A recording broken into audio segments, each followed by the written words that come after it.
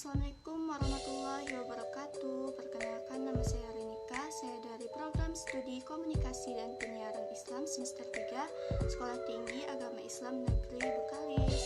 Baiklah, di sini saya akan sedikit menjelaskan tentang teori komunikasi massa. Sebelum ke intinya, mari kita ketahui dulu apa itu komunikasi massa. Komunikasi massa adalah proses di mana seseorang atau sekelompok orang atau organisasi yang besar menyusun sebuah pesan dan mengirimkannya melalui beragam media kepada khalayak yang anonim dan heterogen. Terdapat beberapa teori komunikasi yang secara spesifik menitik beratkan pada komunikasi massa dan beberapa teori lainnya yang digunakan untuk meneliti media massa. Yang pertama adalah teori pengaturan agenda atau agenda setting theory. Teori pengaturan agenda merupakan salah satu teori yang menjelaskan tentang efek kumulatif media. Teori pengaturan media menggambarkan kekuatan pengaruh media. Inti dari teori pengaturan media adalah pembentukan kepedulian dan perhatian publik terhadap beberapa isu yang ditampilkan oleh berita media. Terdapat dua asumsi dasar yang mendasari sebagian besar penelitian mengenai pengaturan media, yaitu bahwa pers dan media tidak merefleksikan kenyataan yang sebenarnya setelah dilakukan penyaringan, dan konsentrasi media terhadap beberapa isu dan subjek mengajak publik untuk menerima isu tersebut lebih penting daripada isu lainnya. Yang kedua yaitu teori sistem ketergantungan media. Teori ini menyatakan bahwa media bergantung pada konteks sosial dan pertama kali dirumuskan oleh Sandra Bell Rockich dan Melvin Dever pada tahun 1976. Mereka memandang bahwa bertemunya media dengan khalayak didasarkan atas tiga perspektif, yaitu perspektif perbedaan individual, perspektif kategori sosial, dan perspektif hubungan sosial. Asumsi teori ini memandang bahwa dependensi relatif khalayak terhadap sumber media massa jika dibandingkan dengan sumber informasi lainnya merupakan suatu variabel yang harus ditentukan secara empiris. Yang ketiga adalah teori spiral keheningan atau spiral of silence theory.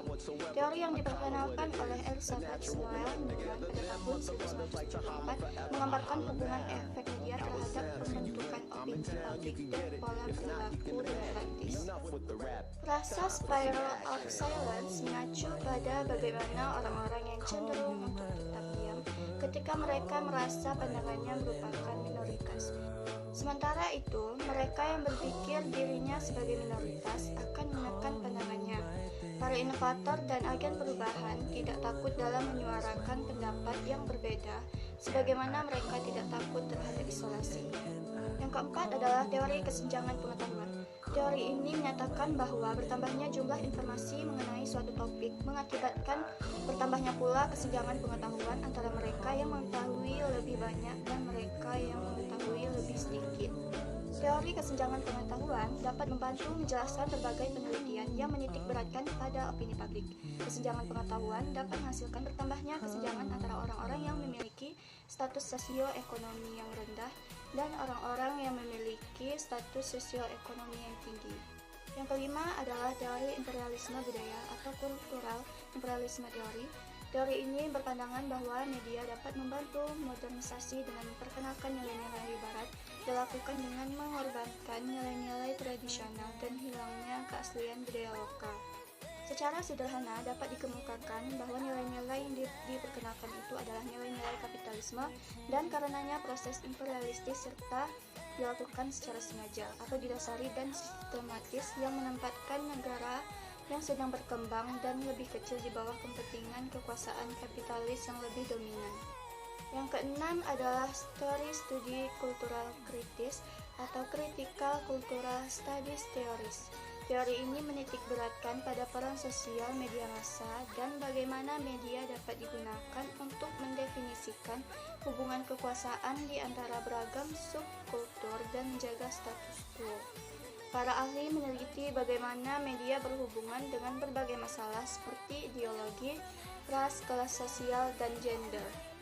Yang ketujuh adalah teori sosial kognitif. Teori sosial kognitif dibangun pertama kali oleh seorang psikolog Albert Bandura sekitar tahun 1960-an.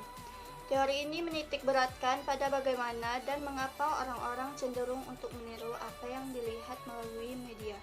Ini adalah teori yang fokus pada kapasitas kita untuk belajar dengan mengalaminya secara langsung.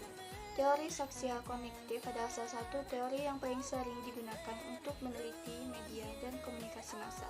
Yang kedelapan adalah teori pengembangan atau cultivation theory. Teori pengembangan adalah suatu pendekatan yang dibangun oleh Profesor George Gardner. Yang kesembilan adalah teori jarum hipodermik. Menurut teori ini, media massa memiliki dampak yang sifatnya langsung, segera serta kuat terhadap khalayak massa. Media massa pada kurun waktu 1940-an hingga 1950-an digambarkan memiliki pengaruh yang sangat kuat terhadap perubahan perilaku.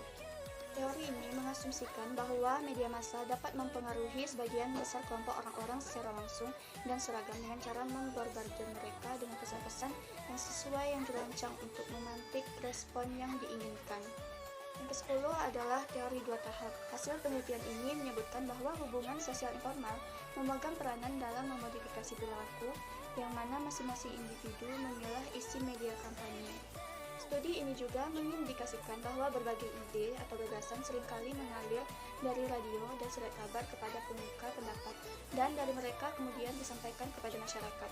Oleh karena itu, kelompok sosial informal memiliki beberapa tingkatan dalam mempengaruhi orang-orang dan cara mereka memilah isi media dan bertindak terhadapnya. Manfaat mempelajari teori komunikasi massa. Perlu dipahami bahwa perkembangan teknologi informasi dan komunikasi baru telah mengaburkan pengertian media dan komunikasi massa itu sendiri. Teori-teori baru seperti teori media baru sedang dikembangkan oleh para peneliti untuk menjelaskan perubahan sifat media. Ulasan singkat mengenai teori komunikasi massa tersebut merupakan salah satu jalan untuk lebih memperkaya pemahaman kita mengenai media serta pengaruhnya dalam kehidupan kita. Di samping itu, dengan memahami berbagai teori komunikasi massa dapat memberikan landasan teoritis bagi siapapun yang berkecimpung dalam penelitian komunikasi massa. Nah, jadi itu saja yang bisa saya jelaskan mengenai teori komunikasi massa. Lebih dan kurang saya mohon maaf. Saya akhiri dengan Assalamualaikum warahmatullahi wabarakatuh. Jangan lupa like, share, dan subscribe.